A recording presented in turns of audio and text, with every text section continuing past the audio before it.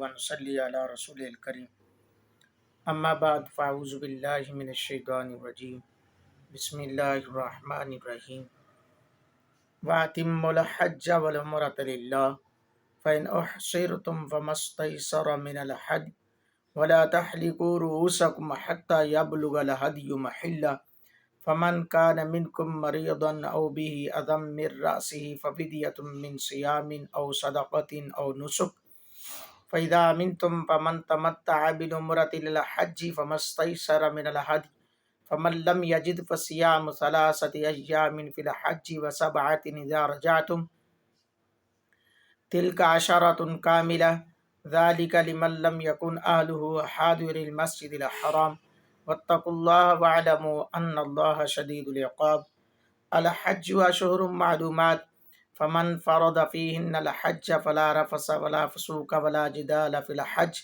وما تفعلوا من خير يعلمه الله وتزودوا فإن خير الزاد التقوى واتقون يا أولي الألباب ليس عليكم جناح أن تبتغوا فضلا من ربكم فإذا أفضتم من عرفات فاذكروا الله عند المشعر الحرام واذكروه كما هداكم وإن كنتم من قبله لمن الضالين ثم أفيدوا من حيث أفاد الناس واستغفروا الله إن الله غفور رحيم فإذا قضيتم مناسككم فاذكروا الله كذكركم آباءكم وشد ذكرا فمن الناس من يقول ربنا آتنا في الدنيا وما له في الآخرة من خلاق ومنهم من يقول ربنا آتنا في الدنيا حسنة وفي الآخرة حسنة وقنا عذاب النار أولئك لهم نصيب مما كسبوا والله سريع الحساب صدق اللہ مولانا العظیم۔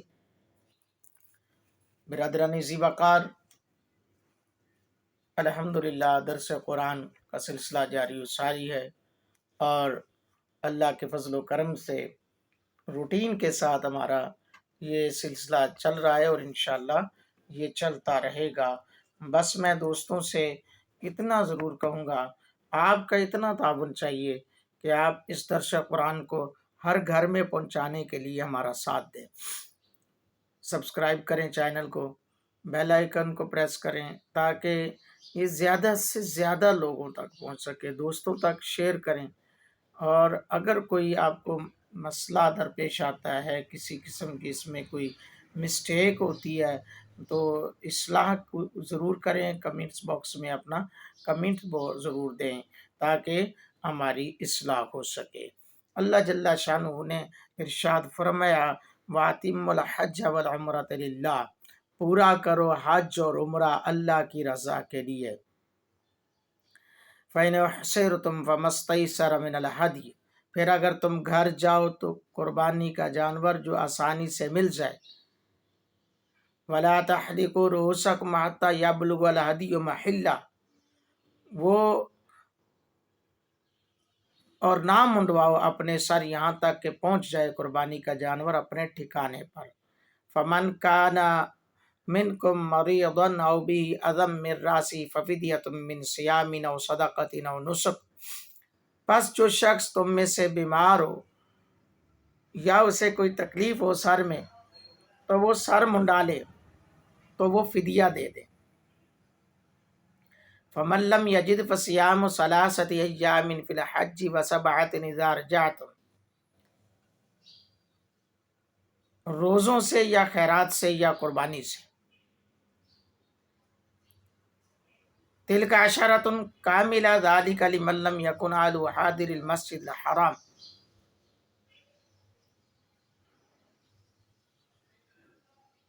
اور جب تم امن میں ہو جاؤ اور حج سے پہلے مکہ پہنچ جاؤ تو فائدہ اٹھانا چاہیے عمرے کا حج کے ساتھ، تو جو اسے میسر ہو قربانی دے۔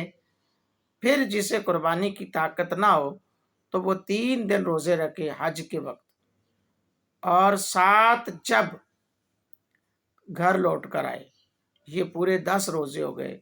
یہ رعایت اس کے لیے ہے جس کے گھر والے مسجد حرام کے قریب نہ ہوں۔ وَاتَّقُوا اللَّهَ وَاعْلَمُوا أَنَّ اللَّهَ شَدِيدُ الْعِقَابِ، اور اللہ سے ڈرا کرو، جان لو کہ بے شک اللہ سخت عذاب دینے والا ہے۔ یہ آیت کریمہ حج اور عمرہ کے واجب ہونے پر دلیل پیش کر رہی ہے۔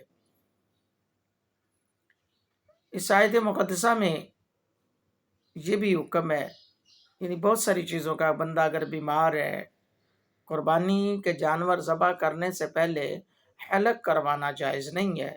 اگر کسی کو کوئی پریشانی ہو گئی ہے، سر میں کوئی بیماری ہو گئی ہے، تو وہ بامر مجبوری سر منڈوائے، لیکن اس کے بدلے میں فدیہ دے، 10 روزے رکھے۔ یعنی اسلام ایک آپ کی ہر جگہ پر رہنمائی فرما رہا ہے۔ اسلام نے آپ کی ہر جگہ پر اصلاح فرمائی ہے اور آپ کو ہر موڑ پر محفوظ رکھا ہے۔ اللہ جل شانہ کی عظمت پہ قربان جائیں، خالق نے اپنے بندوں پر اتنا انعام کیا، احسان کیا، تو اس بات پر علماء امت کا اجماع بھی ہے، اجماع امت ہے۔ تو اسلام کی بنیاد جو ہے، حضور علیہ السلام نے ارشاد فرمایا 5 چیزوں پر ہے۔ لا الہ الا اللہ محمد الرسول اللہ، یعنی کلمہ طیبہ، رسول اللہ صلی اللہ علیہ وسلم کی رسالت کی گواہی دینا، خدا کی توحید کا اقرار کرنا، نماز قائم کرنا، زکوٰۃ ادا کرنا، حج کرنا اور رمضان کے روزے رکھنا۔ امام احمد، امام شافعی کا بھی صحیح ترین قول یہی ہے۔ امام اعظم ابو حنیفہ رضی اللہ تعالیٰ عنہ سے بھی یہی مروی ہے کہ امام مالک نے فرمایا عمرہ سنت ہے۔ امام اعظم ابو حنیفہ کا مشہور قول یہی ہے، اور امام شافعی کا بھی یہی قول ہے۔ یعنی خالی جو عمرہ ہے نا، یہ فرض نہیں ہے۔ عموماً آج جو ٹرینڈ چلا ہوا ہے، لوگ عمرہ کرتے ہیں، حج نہیں کرتے۔ حکم حج کا ہے، عمرہ جو ہے وہ حج کے ساتھ ہے، اور جس نے عمرہ کر لیا پھر اس کو لازم ہے کہ وہ پھر حج بھی کرے گا۔ تو حضرت عمر رضی اللہ تعالیٰ عنہ سے روایت ہے کہ جبریل نے آ کر سرکار دو عالم صلی اللہ علیہ وسلم سے اسلام کے بارے میں پوچھا، تو حضور نے فرمایا اسلام یہ ہے کہ تو لا الہ الا اللہ محمد رسول اللہ پڑھے، نماز قائم کر، زکوٰۃ ادا کر، حج اور عمرہ کر، جنابت سے غسل کر، وضو مکمل کر، اور رمضان کے روزے رکھنا۔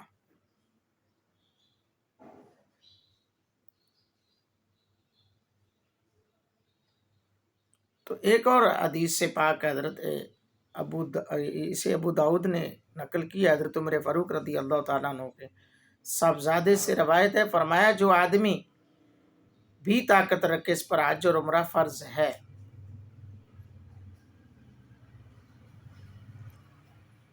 تو احبابی ذی وقار،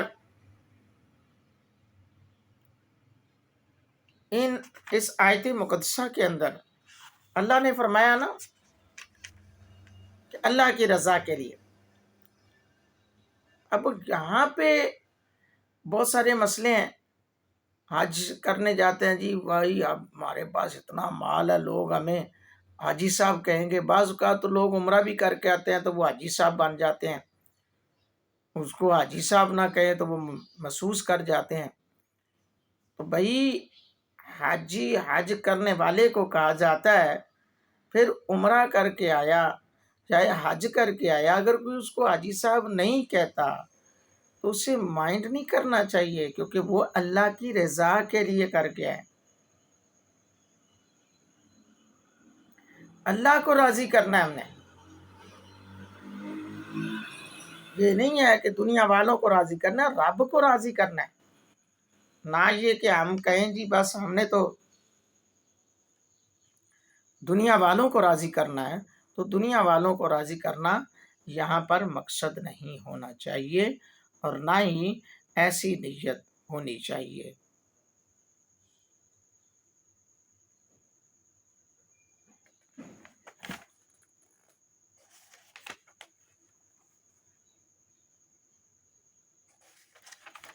اللہ جل شانہ نے آگے ارشاد فرمایا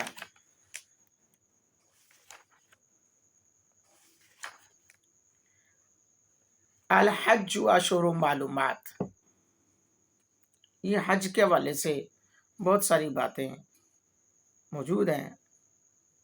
الحج اشہر معلومات فمن فرض فیہن الحج فلا رفث ولا فسوق ولا جدال فی الحج. حج کے چند مہینے جو معلوم ہے، پس جو نیت کر لینے میں حج کی. اب نیت کرنا، الحج اشہر معلومات، حج کے چند مہینے ہیں اور جو معلوم ہے، پتہ ہے، پس جو نیت کر لینے میں حج کی.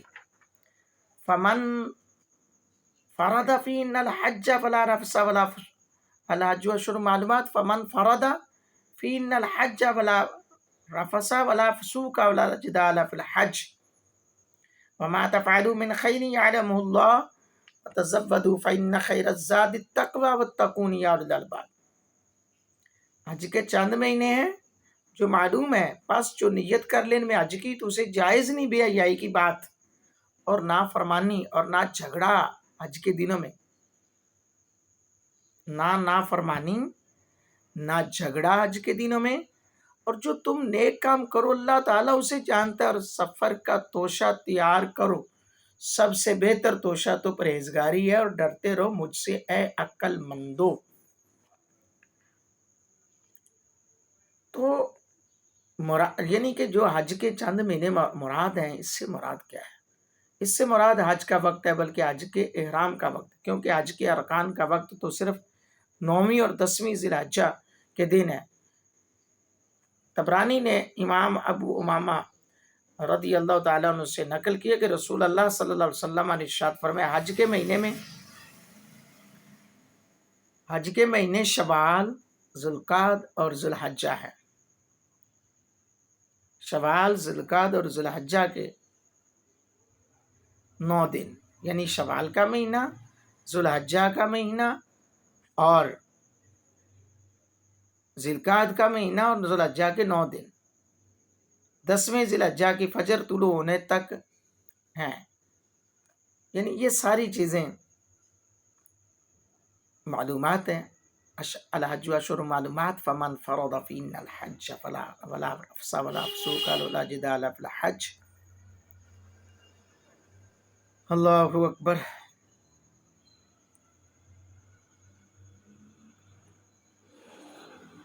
حضرت عمر رضی اللہ تعالیٰ عنہ سے مروی ہے، آپ رضی اللہ تعالیٰ عنہ نے فرمایا شوال، ذوالقعدہ اور ذوالحج.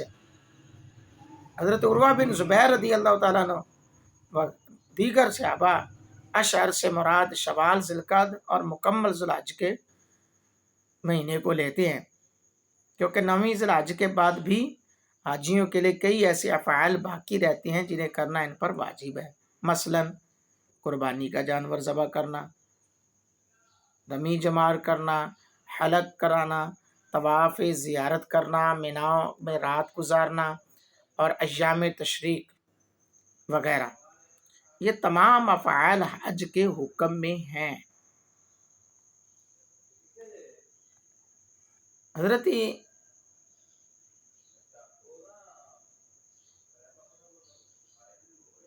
امام مالک، امام شافعی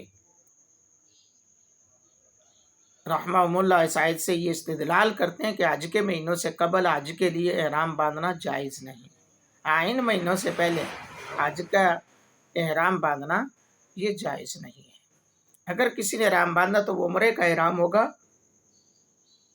حج کے لیے اسے حج کا احرام حج کے دنوں میں باندھنا ہوگا. حضرات گرامی قدر، امام اعظم رحمۃ اللہ تعالی علیہ نے کہا کہ احرام سے مراد نیت کے ساتھ تلبیہ کہنا ہے، جیسا کہ نماز میں نیت کے ساتھ تکبیر تحریمہ کہی جاتی ہے، تو یہ بھی اسی زمرے میں آتا ہے. فلا رفثا یعنی تم رفث نہ کرو. رفث سے مراد جمع نہ کرو. اور نہ ہی فوش اور کبھی گفتگو، یعنی احرام کی حالت میں یہ سب کچھ کرنا جائز نہیں ہے، حتیٰ کہ کسی سے بری بات کرنا بھی جائز نہیں ہے، اور احرام کی حالت میں شکار کرنا بھی جائز نہیں ہے، حتیٰ کہ بال بھی اگر توڑ لیا تو اس میں بھی دم پڑ جائے گا، دم آئے گا، آپ کو اس کا جرمانہ پے کرنا ہوگا۔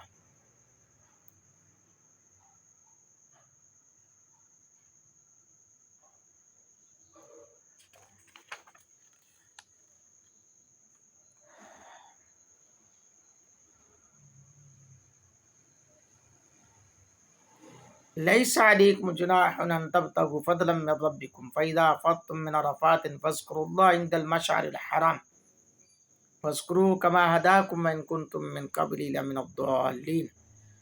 نہیں ہے تم پر کوئی حرج اگر حج کے ساتھ ساتھ تم تلاش کرو اپنے رب کا فضل، رزق، پھر جب واپس آؤ عرفات سے تو ذکر کرو اللہ کا مشعر حرام یعنی مزدلفہ کے پاس، اور ذکر کرو اس کا جس طرح اس نے تمہیں سکھایا، اور اگرچہ تم اس سے پہلے گمراہ میں سے تھے۔ یعنی ان تبتغو تلاش کرو، فضلہ سے مراد عطا اور رزق یعنی تجارت کے ذریعے، اور اسی طرح سفر حج کے دوران تم اپنے رب کی عطا اور رزق تلاش کر سکتے ہو۔ یعنی حج کے دوران سفر کر رہے تھے آپ، تو راستے میں آپ نے اگرچہ مال تجارت رکھا ہے اس نیت سے کہ یار میں راستے تک جاتے جاتے یہ چیزیں بھی میں بیچ لوں گا، تو یہ جائز ہیں۔ حضرت ابن عباس رضی اللہ تعالیٰ عنہ سے روایت نقل کی، امام بخاری نے اس کو اپنے لکھا ہے، کوٹ کیا۔ آپ رضی اللہ تعالیٰ نے فرمایا کہ زمانہ جاہلیت میں 3 منڈیاں تھیں، عکاظ، مجنہ اور ذوالمجاز۔ جب اسلام ظاہر ہوا تو وہ ان میں تجارت کرنے سے روک گئے، تو پھر اللہ تعالیٰ نے یہ آیت نازل فرمائی کہ تم پر حج کے دنوں میں اپنے رب کا فضل یعنی رزق تلاش کرنے میں کوئی حرج نہیں ہے۔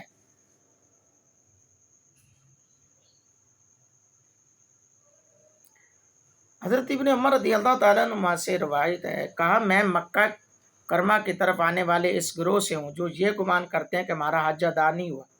تو پھر آپ رضی اللہ تعالیٰ عنہ نے فرمایا کیا تم ان کی طرح احرام نہیں باندھتے؟ کیا تم ان کی طرح طواف نہیں کرتے؟ اور کیا تم ویسے رمی جمار نہیں کرتے جیسے وہ کرتے؟ تو میں نے عرض کی کیوں نہیں؟ تو آپ نے کہا تم حاجی ہو۔ حضور نے نبی پاک صلی اللہ علیہ وسلم کی بارگاہ میں ایک آدمی حاضر ہوا اور آپ صلی اللہ علیہ وسلم سے اسی کے بارے میں سوال کیا جس کے بارے میں تم نے مجھ سے سوال کیا، تو آپ صلی اللہ علیہ وسلم نے اس سے کچھ بھی جواب عطا نہ فرمایا، یہاں تک کہ حضرت جبریل علیہ السلام یہ آیت لے کر حاضر ہو گئے کہ تم جو یہ تجارت کر رہے ہو یہ تمہارے لیے جائز ہے۔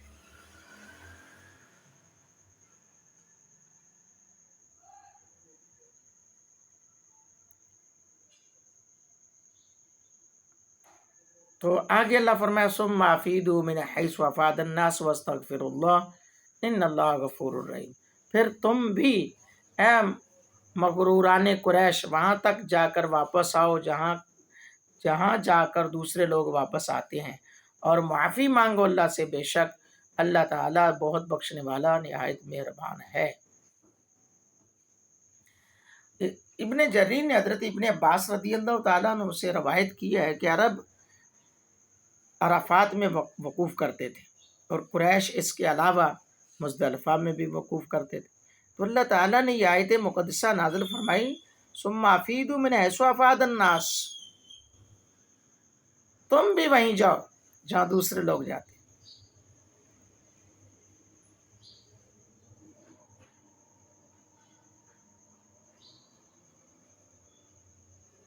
اور وہ تکبر کرتے تھے، یعنی امام بغوی رحمۃ اللہ علیہ نے لکھا ہے کہ قریش یعنی حمص اور ان کے خلفاء تمام اہل عرب کے ساتھ عرفات میں وقوف کرنے سے تکبر کرتے تھے اور کہتے تھے کہ ہم اہل اللہ ہیں، اس کے حرم کے باسی ہیں، رہنے والے ہیں، ہم نہ تو حرم سے پیچھے رہیں گے اور نہ ہی اس سے نکلیں گے۔ بقیہ تمام لوگ عرفات میں وقوف کرتے تھے۔ جب لوگ عرفات سے واپس آتے تو حمص مزدلفہ سے واپس لوٹتے تھے، تو پھر اللہ تعالیٰ نے حکم دیا کہ بھائی احرام سب نے ایک ہی باندھا ہے، تلبیہ سب ایک پڑھ رہے ہیں، تو یہ کیا کہ کچھ یہاں رکے ہوئے ہیں کچھ آگے نہیں، ساروں کو چاہیے۔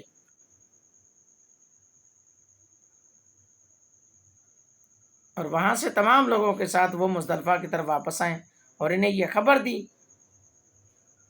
کہ یہ حضرت ابراہیم علیہ السلام اور حضرت اسماعیل علیہ السلام کی سنت ہے۔ ان تمام روایات میں ناس سے مراد حمز کے علاوہ تمام عرب ہیں۔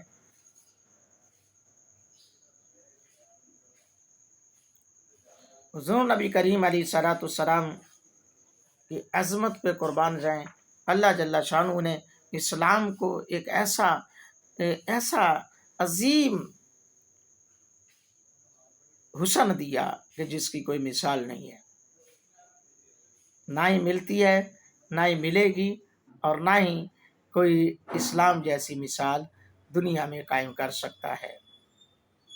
اور اللہ رب العالمین نے چونکہ یہ حکم اس لیے دیا تاکہ کسی کے دل میں رہتی دنیا تک یہ نہ خیال آ جائے کہ میں بڑا اور وہ چھوٹا اور وہ چھوٹا اور میں بڑا، اس چیز کا یہ کبھی بھی کسی کے دل میں خیال نہ آیا ہے، نہ ہی کبھی آئے گا۔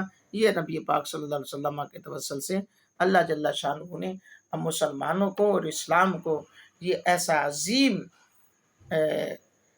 رشتہ دیا کہ برابر ہیں سب۔ فَإِذَا قَضَيْتُم مَّنَاسِكَكُمْ فَاذْكُرُوا اللَّهَ كَذِكْرِكُمْ آبَاءَكُمْ أَوْ أَشَدَّ ذِكْرًا فَمِنَ النَّاسِ مَن يَقُولُ رَبَّنَا آتِنَا فِي الدُّنْيَا وَمَا لَهُ فِي الْآخِرَةِ مِنْ خَلَاقٍ۔ فرمایا پھر جب تم پورے کر چکو حج کے ارکان تو اللہ کو یاد کرو جس طرح اپنے باپ دادا کا ذکر کرتے ہو، بلکہ اس سے بھی زیادہ ذکر الہی کرو۔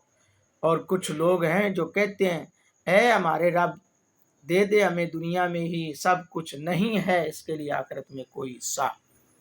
یعنی جب تم ارکان حج سے مناسک حج سے فارغ ہو جاؤ، اور ان سے مراد یوم نحر، قربانی وغیرہ، عقبہ رمی، جمع، یہ سب کچھ کرنے کے بعد، جانور ذبح کرنے کے بعد، حلق کرنے کے بعد، طواف کرنا، سعی کرنا، یہ ساری چیزیں جاننا چاہیے کہ پہلے جمع ارکان حج، احرام باندھنا، وقوف و عرفہ کرنا، طواف زیارت کرنا، یہ ساری چیزیں کرنے کے بعد پھر کیا کرو؟ اللہ تعالیٰ کا ذکر کرو، مثلا تکبیر، تحمید، ثنا، جس طرح اپنے باپ دادا کا ذکر کرتے ہو۔ اہل عرب کا یہ طریقہ تھا کہ جب وہ حج سے فارغ ہوتے تو بیت اللہ کے پاس بیٹھتے اور اپنے آباء و اجداد کے مفاخر، ان کی بڑائیاں بیان کرتے۔ تو اللہ تعالیٰ نے آیت مقدسہ میں انہیں اپنا ذکر کرنے کا حکم فرمایا، کیونکہ اللہ تعالیٰ ہی ان کے آباؤں کو نعمتوں سے اللہ تعالیٰ نے نوازا تھا، اور وہی ان کا خالق ہے، نہ کہ ان کے آباء و اجداد۔ لہٰذا اللہ تعالیٰ ان کی نسبت اس کا ذکر زیادہ رکھتا ہے۔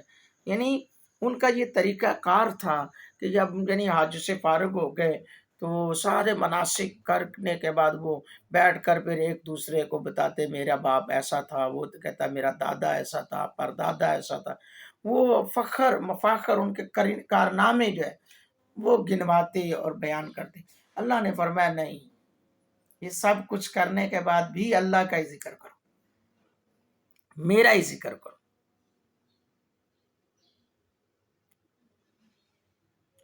حضرت ابن عباس اور عطا نے کہا کہ اس کا معنی یہ ہے کہ تم اللہ کا ذکر اس طرح کرو جس طرح چھوٹے بچے باپوں کا ذکر کرتے ہیں، تو اس کے بارے میں یہی کہا گیا۔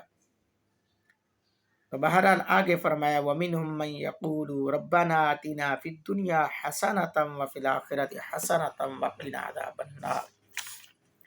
اور بعض لوگ ہیں جو کہتے ہیں ہمارے رب عطا فرما ہمیں دنیا میں بھی بھلائی اور آخرت میں بھی بھلائی، اور بچا لے ہمیں آگ کے عذاب سے۔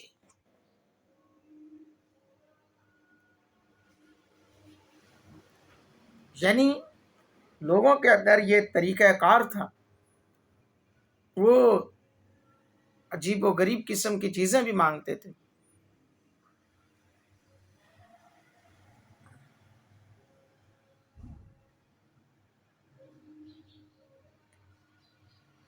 بعض لوگ جو کہتے ہیں اے ہمارے رب ہمیں دنیا میں بھلائی عطا فرما، یہاں حسنہ میں تعظیم کے لیے کہا، یعنی حسنہ عظیمہ یعنی عظیم اور بھلائی اور نیکی کی، اس سے مراد عافیت اور عمل خالصہ اللہ تعالیٰ کی رضا کے لیے کرنا۔ اس میں یہ بھی ہے کہ اس سے مراد جن سے حسنہ ہو۔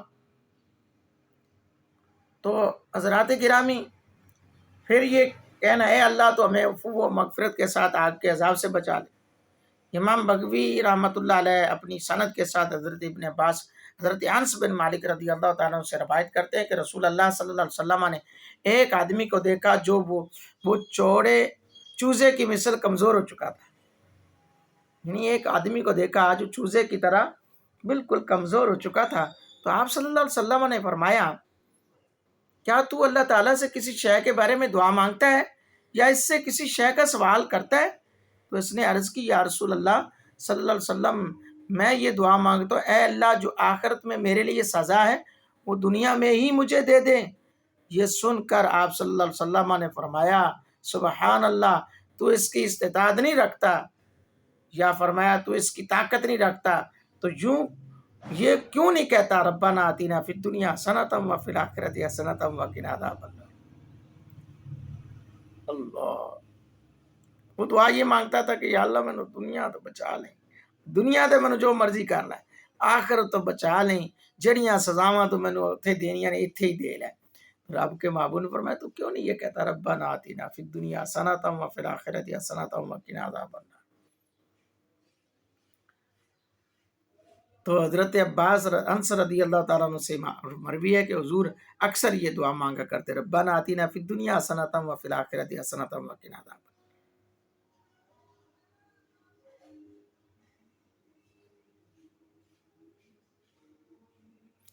اللہ، حضرت انس سے روایت ہے رسول اللہ صلی اللہ علیہ وسلم اگر 100 مرتبہ بھی دعا مانگتے تو اس کی ابتدا اور اختتام میں، یعنی ابتدا میں بھی اور اختتام میں بھی یہی کہتے ربنا آتینا فی الدنیا حسنۃ وفی الآخرۃ حسنۃ وقنا عذاب النار۔ اولئک لهم نصیب مما کسبوا واللہ سریع الحساب۔ انہی لوگوں کو بڑا حصہ ملے گا دونوں جہانوں میں بسبب ان کی نیک کمائی کے، اور اللہ تعالیٰ بہت جلد حساب چکانے والا ہے۔ تو اس آیت مقدسہ میں دعا کو کسب کہا گیا۔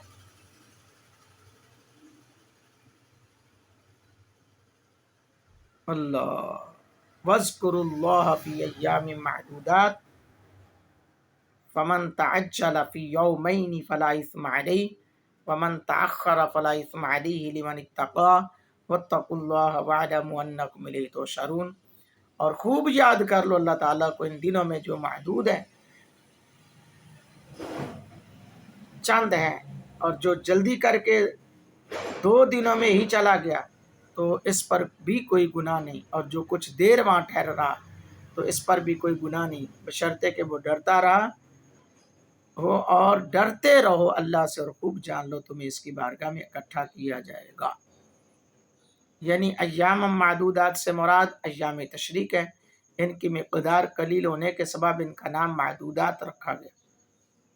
حضرت عباس رضی اللہ تعالیٰ عنہ سے روایت ہے کہ رب کریم کا یہ ارشاد گرامی بھی اسی معنی پر دلیل کرتا ہے، یعنی جو جلدی کرتے ہوئے ایام تشریق میں سے 2 دنوں میں ہی چل پڑا اور ایام تشریق میں سے دوسرے دن چلا، اس بات پر اتفاق ہے جو ابھی تک وہاں سے منع سے نہ چلا، ایام تشریق میں سے تیسرا دن داخل ہو گیا تو پھر اس دن کی رمی اس پر واجب ہے۔ البتہ اس بات پہ یہ بھی اختلاف ہے کہ آیا ایام تشریق کی راتوں میں سے تیسری رات کا اعتبار ہوگا یا تیسرے دن کا؟ تو اس بارے میں جمہور کا موقف یہ ہے کہ اس میں اعتبار رات کے داخل ہونے کا ہے، یعنی جو مینا میں ٹھہرا رہا یہاں تک کہ تیسری رات داخل ہوگی تو اس کے لیے تیسرے دن کی رمی جمار کے بغیر وہاں سے آنا حلال نہیں، اور امام اعظم کا قول ہے کہ اس پر رمی واجب نہیں ہوگی یہاں تک کہ اسے صبح منا میں ہو جائے، اور رات کے وقت وہاں سے چلے آنا اس کے لیے جائز ہے، اور اگر فجر وہاں طلوع ہو جائے تو پھر رمی لازم ہو جاتی ہے آپ کے نزدیک۔ رمی کا وقت دن ہے، لہٰذا جو رات کے وقت وہاں سے چل پڑا وہ اس مسافر کی مثل ہے جس نے جمعے کا وقت شروع ہونے سے قبل اپنے سفر کا آغاز کر دیا، اور آپ کے علاوہ دوسروں نے رات کا بھی اعتبار کیا۔ یعنی جمعے کا وقت شروع ہونے سے پہلے کوئی اگر کچھ کرتا ہے تو وہ پھر مسافر ہے، اس پر جمعہ لازم نہیں ہے۔ ہاں جی، اور اگر جمعے کا وقت داخل ہو گیا تو پھر اسے جمعہ پڑھ کر جانے کا حکم ہے۔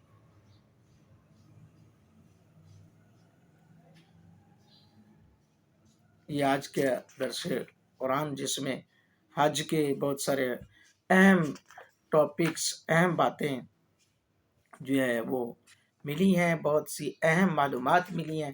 ان معلومات کو اپنی حد تک نہ رکھیے گا، دوسرے دوستوں کو پہنچا کر اپنے لیے بخشش کا سامان بنائیں، اپنے اہل و عیال کے لیے بخشش کا سامان بنائیں۔ دعا ہے جن دوستوں نے اس درس کو پورا سنا ہے ان کے لیے، ان کے آباء و اجداد کے لیے بخشش کا سامان بنائیں، اور اللہ رب العالمین اپنے محبوب کریم علیہ السلام کی سیرت مطہرہ پہ عمل کی توفیق عطا فرمائے۔ آمین ثم آمین، وآخر دعوانا الحمدللہ رب العالمین۔